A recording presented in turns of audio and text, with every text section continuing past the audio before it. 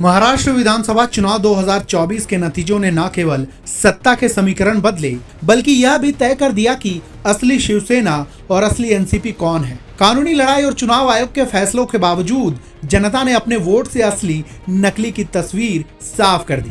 विधानसभा चुनाव के नतीजों ने दिखा दिया कि सिर्फ ब्रांड नेम काफी नहीं है, असली लड़ाई चुनावी सिंबल और जमीनी पकड़ की है। महाराष्ट्र विधानसभा चुनाव 2024 के नतीजों ने यह तय कर दिया कि असली शिवसेना और असली एनसीपी कौन है।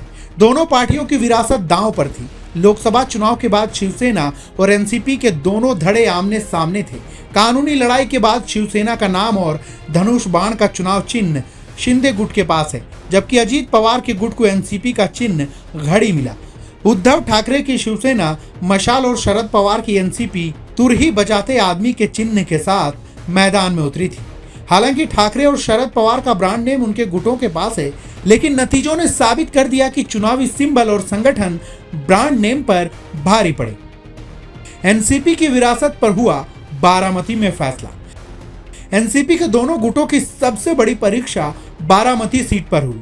डिप्टी सीएम अजीत पवार यहां से लगातार 8वीं बार चुनाव लड़ रहे थे और उनका मुकाबला एनसीपी शरद पवार गुट के युगेंद्र पवार से था। युगेंद्र अजीत पवार के भतीजे और शरद पवार के पोते हैं। हालांकि इस सीट पर अजीत पवार ने भारी जीत दर्ज की। यह बात यहां गौर करने वाली है कि यह सीट 1967 से पवार परिवार के कब्जे में है और हमेशा से शरद पवार गुट के लिए एक गौरव रही है। वहीं लोकसभा चुनाव में इसी सीट से शरद पवार की बेटी सुप्रिया सुले ने अजीत पवार की पत्नी सुनेत्रा पवार को हराया था। लेकिन विधानसभा चुनाव में अजीत पवार की जीत ने यह साबित कर दिया कि सिंबल और संगठन शक्ति के दम पर असली एनसीपी का दावा उन्हीं का है।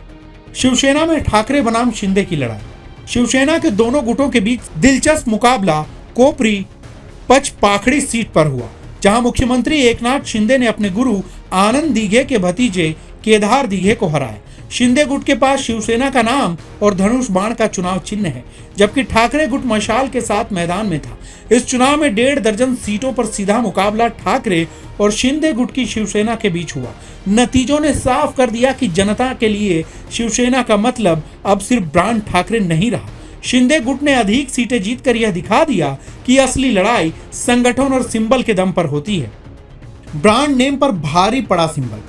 नतीजों के बाद ऐसा लग रहा है कि महाविकास अघाड़ी बिखर सी गई है।